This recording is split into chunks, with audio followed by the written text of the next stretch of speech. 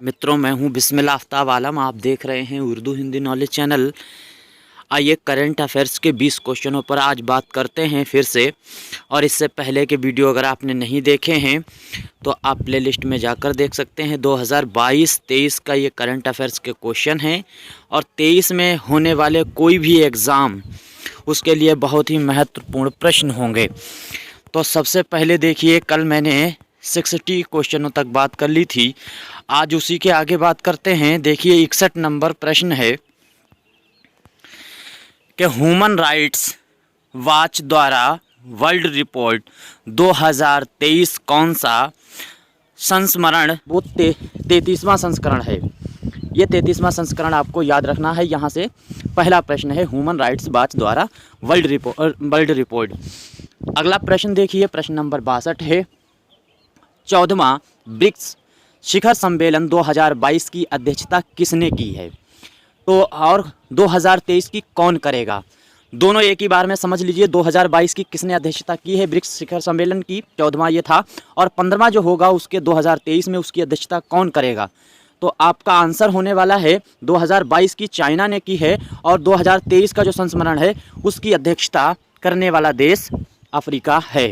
ये याद रखिए यहाँ से। प्रश्न नंबर 63 है, मीठे पानी की मछली कहाँ पाई गई? ये बहुत बार प्रश्न अभी जो हाल ही में कंपटीशन हुई है उनमें पूछा भी गया है। तो कंबोडिया का नाम आपको याद रखना है। यहाँ पर कंबोडिया में मीठे पानी की मछली पाई गई है और ये नई खोज की गई है, ये भी याद रखें साथ साथ में। अगला प्रश्न है, प्रश्न देखिए 64 नंबर है, 36वां वन राशन वन कार्ड लागू करने वाला राज्य कौन सा है? वन राशन वन कार्ड जो है तो असम आपका आंसर बिल्कुल सही होगा। आप यहाँ से असम का आंसर जो है वो याद रखिएगा। वन राशन वन कार्ड जो है ये बात आपको याद रखनी है। प्रश्न नंबर 65 है, देश की पहली निजी ट्रेन कहाँ से कहाँ तक चलाई गई? इसी तरह से वंदे ट्रेन से संबंधित भी प्रश्न बन सकता है। पूछा जाए पहली वंदे ट्रेन कहाँ से कहाँ चलाई गई, तो आप बताएंगे नई दिल्ली से बनारस।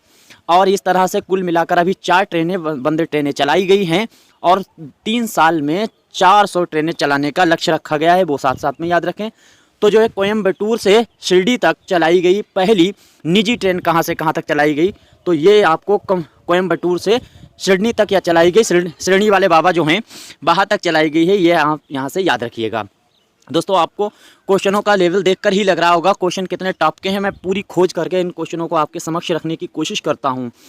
अगला प्रश्न देखिए, किस मंत्रालय द्वारा नीली अर्थव्यवस्था को बढ़ावा देने के लिए समुद्रयान मिशन शुरू किया गया? देखिए कितना अच्छा क्वेश्चन है और ये बनेगा ज़रूर, हर हाल में बनेगा। ये कहीं ना कहीं कंपटीशन में आपसे पूछा जरूर जाएगा। किस मंत्रालय द्वारा नीली अर्थव्यवस्था को बढ़ावा देने के लिए समुद्रयान मिशन शुरू किया गया है? तो आपका उत्तर होगा पृथ्वी विज्ञान मंत्रालय। ये वाला आपका ऑप्शन बिल्कुल सही होगा। मैं 4 ऑप्शन इसलिए नहीं देता हूँ क्योंकि उसमें टाइम बहुत ख़राब होता है। यहाँ से आपको एक ही बार में याद होगा। निगेटिव जो है वो कंपटीशनें होने लगी हैं तो नेगेटिव मार्किंग होती है, तो वहाँ पे क्वेश्चन कट जाते हैं अगर डाउट जरा भी रहता है। इसलिए मैं ऑप्शन देकर नहीं क्वेश्चन रखता हूँ, सीधे क्वेश्चन रखता हूँ जिससे आपको एक ही बार में याद हो जाए। अगला प्रश्न है, फीफा वर्ल्ड कप में विजेता अर्जेंटीना बना है, पक्की बात है ये तो, फ्रांस को हराकर। यह वर्ल्ड कप किस देश में आयोजित किया गया? तो आपका उत्तर होगा कतर। कतर दोहा में ये आयोजन किया गया है। अगला प्रश्न है, प्रश्न नंबर 68 है, 2022 विश्व का सर्वश्रेष्ठ हवाई अड्डा किसको चुना गया?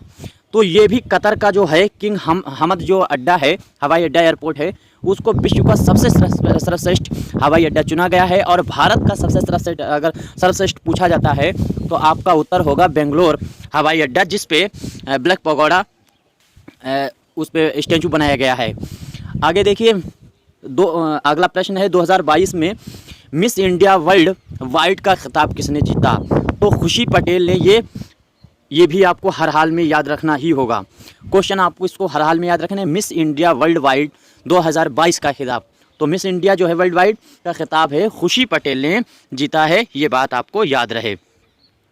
आगे देखिए, अगला प्रश्न है, अंतर्राष्ट्रीय साक्षरता महोत्सव उन्मेष का आयोजन किस राज्य में किया गया? आपका आंसर होगा उन्मेष का जो है आयोजन किया गया है शिमला। शिमला जो है वहाँ इसका आयोजन किया गया। अगला प्रश्न है, सूचकांक से बहुत प्रश्न बनते हैं। पर्यावरण सूचकांक 2022 में भारत की रैंक क्या रही, क्या है? तो आपका उत्तर होगा लास्ट में सबसे पहले नंबर पे। कहने का मतलब भारत की पर्यावरण सूचकांक में स्थिति जो है 180 नंबर पे है। 180 नंबर से 180 नंबर पे ही इनकी भारत की स्थिति बनी हुई है। दूसरी बात, अगर प्रेस का सूचकांक पूछते हैं तो 150 का आपको याद रखना। खुशहाली का पूछते हैं तो खुशहाली में 126 रखना है।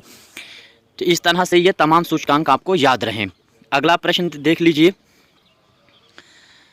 72 नंबर प्रश्न है, रणजी ट्रॉफी में अंकर ने कितने रन बनाकर इतिहास रचा है? प्रश्न गलत तो नहीं है? नहीं, सही है। रणजी जो ट्रॉफी है इसमें इन्होंने 443 रन बनाकर इतिहास रचा है। नीलांकर ने ये इतिहास बनाया है। अगला प्रश्न है अगला प्रश्न है ब्लू ड्यूक तितली। ये भी प्रश्न बहुत अच्छा प्रश्न है। तो ये प्रश्न है, ब्लू ड्यूक तितली किस राज्य की तितली घोषित की गई है? ये भी एक नई खोज है और इसमें क्या है, सिक्किम वाला आंसर आपका बिल्कुल सही होगा। सिक्किम को याद रखिएगा। अगला प्रश्न देखिए, बहुत अच्छा प्रश्न है।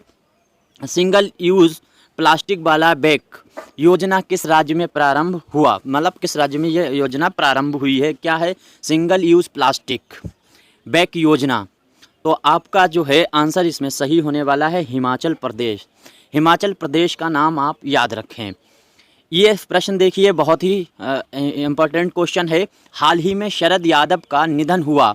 यह पूर्व केंद्रीय मंत्री रहे हैं। यह बिहार के किस क्षेत्र से 4 बार सांसद बने हैं? तो ये है मधेपुरा जो है, मधेपुरा में ये 4 बार सांसद रहे हैं बिहार के। अब एक पॉइंट इनके बारे में और नोट देख लीजिए। इनका जन्म जो है वो मध्य प्रदेश में हुआ था।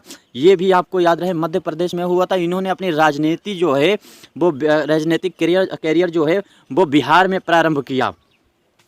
बिहार में प्रारंभ किया। ये साथ साथ में याद रखने के, जो जेडीयू पार्टी है जिसके मुख्यमंत्री वर्तमान में नीतीश हैं, नीतीश बाबू जो हैं मुख्यमंत्री, वो इसी पार्टी के हैं। इसकी स्थापना इस पार्टी की जो है वो इन्हीं ने की थी, शरद यादव ने। इनका नाम आपको याद रहे, इतनी बातें इनसे आपको याद रखनी है।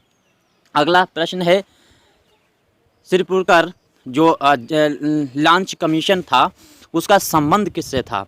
तो जो है सिरपुरकर लॉन्च कमीशन जो है इसने फर्जी ये दिशा रेप केस को ठहराया है। तो किसने फर्जी दिशा रेप जो केस था उसको बता दिया है।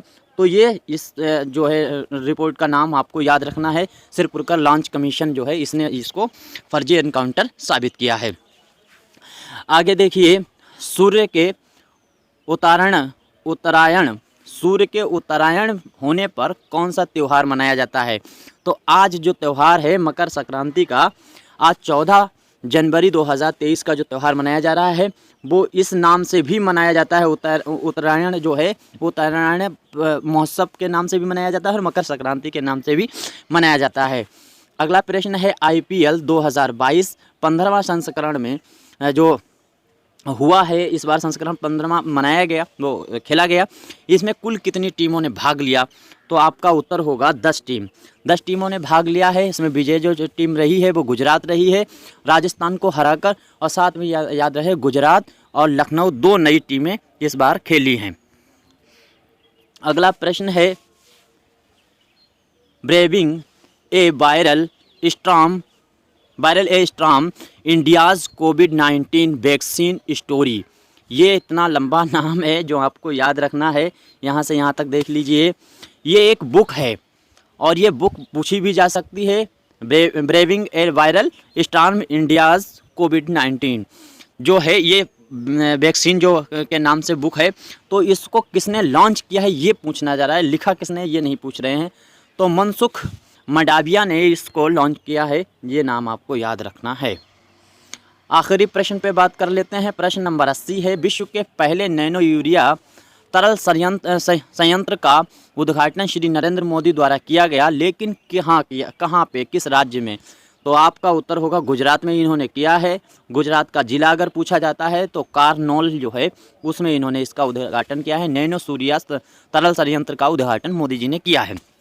तो इस तरह से 80 क्वेश्चन हो चुके हैं। इससे पहले की वीडियो अगर आपने नहीं देखी है तो आप देख सकते हैं। मैं कोशिश करता हूं जल्दी से कम समय में 20 क्वेश्चन रोज़ के रोज़ बात कर ली जाए, और ये हर कंपटीशन में बनते ही रहते हैं। 4-5 क्वेश्चन आपके बनना ही बनना है करंट अफेयर्स के। तो उम्मीद करता हूँ सारे क्वेश्चन अच्छे लगे होंगे। कोई अगर आपका इसमें मशवरा है तो आप दे सकते हैं, अन्यथा कोई बात नहीं। धन्यवाद।